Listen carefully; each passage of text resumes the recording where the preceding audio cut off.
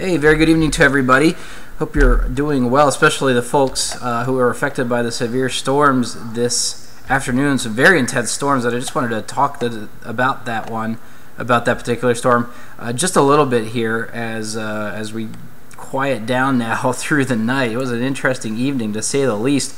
I have a radar loop prepared of that storm from about 4 o'clock this afternoon to 8 o'clock this evening, and you can see that it really made quite a path through the tri-state area here. We were watching it before it came into our area just west of Kirksville there, and today the whole atmosphere was incredibly unstable. Obviously you probably felt the humidity out there, but usually for strong storms you need about 1,000, well, let's just say 1,000 joules per kilogram of CAPE. And that's just a trying to draw joules per kilogram of CAPE. That's a measure that meteorologists use for measuring instability.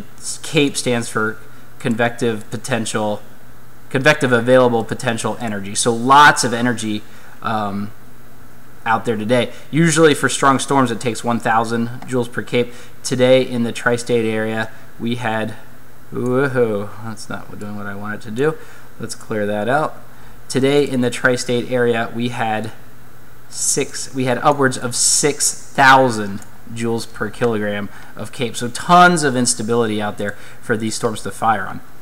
And now what happened was, this storm, as it moved into our area, I believe it's what was called elevated just a little bit, which means that it wasn't able to use all of that energy. But you'll notice it does something very interesting here as it moves here to the east, and all of a sudden it kind of turns a bit to the southeast. And I believe what happened, and you also notice that it turns to the southeast just before it goes into Quincy. I think what happened was, for whatever reason, it began using that available energy, all of that energy at the surface, all of that humidity, that 6,000 joules per kilogram of CAPE. And by doing so, it really turned into, well, a monster storm, a very, very intense storm. And we were worried about that for a few days here, looking at the amounts of instability that was in the air. We knew that if storms did occur in our area, that they would have a tendency to be quite severe, and obviously this one was. Now, I'm going to pause this just a second. Just before it comes into Quincy, I want to show something very interesting.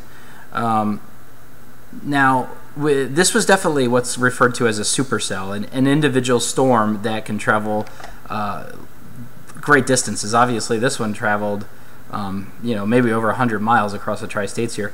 So it was a supercell. It was rotating aloft up in the air, which is what a supercell does. However, the real tornado threat comes when you have inflow winds that are going into the storm. Now, with this particular storm, all of the winds pretty much were moving outwards from the storm. That is, they were moving away from the storm and from west to east. And you'll notice that if you saw the damage in Quincy today, you'll notice that most of the damage, the trees were all pushed over towards the east, or it looked like a little bit to the southeast. So that was indicative of a storm that was what's called outflow dominant, or it's pushing out air.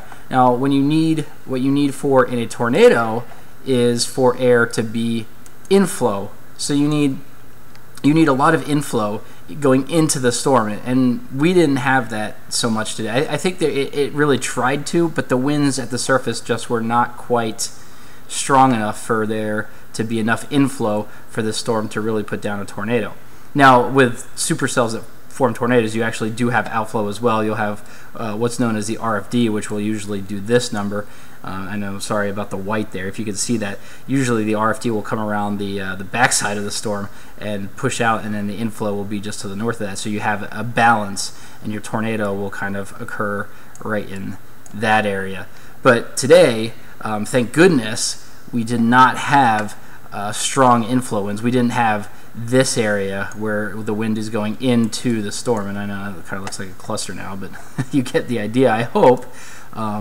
And that kind of explains why we didn't get a tornado. That being said, obviously we had widespread damage across Quincy, and I heard about a number of places hearing about some pretty good damage. when it hit the station here, I thought it was close to 80-mile-per-hour winds, which is the equivalent of, I believe it's an EF0 tornado, but it could be pushing an EF1 tornado. So really, it doesn't always matter if it's a tornado or not. What really matters is just the intensity of the wind, and with those 70 to 80 mile per hour winds that came through with this storm, with it just feeding off that extreme instability that was in the air, it pretty much did the same thing as a very large EF0 or EF1 tornado. So kind of a moot point, but interesting regardless that this storm managed to do so much damage out there with just the straight line winds. Pretty incredible stuff. Seeing the pictures and driving around myself, I really hope that everyone is okay and everybody fixes up their house or their yard quickly, because yikes, yeah, it was pretty intense. But hopefully that tells you a little bit about the storms, and why some go tornadic and others don't. Like I said, today we had the instability and we had the supercell, but we didn't have the strong inflow to the storms. We didn't, those winds at the surface weren't quite right, which is fantastic, because otherwise we could have been talking about a lot more damage in some areas, and that wouldn't have been good.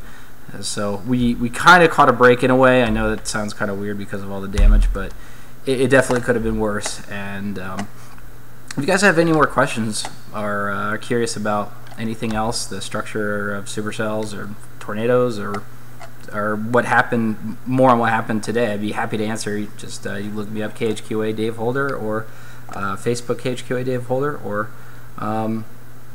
yeah, I think that's the way, or email me, and yeah, I'll be glad to answer those questions. So thanks, have a good evening, hope everyone's doing okay out there, and try and stay cool tomorrow. I'm a little worried about the power outages and the heat. I really hate the heat myself, so we'll be figuring out a way to stay cool tomorrow. So enjoy the night, and have a good one. We'll see you tomorrow.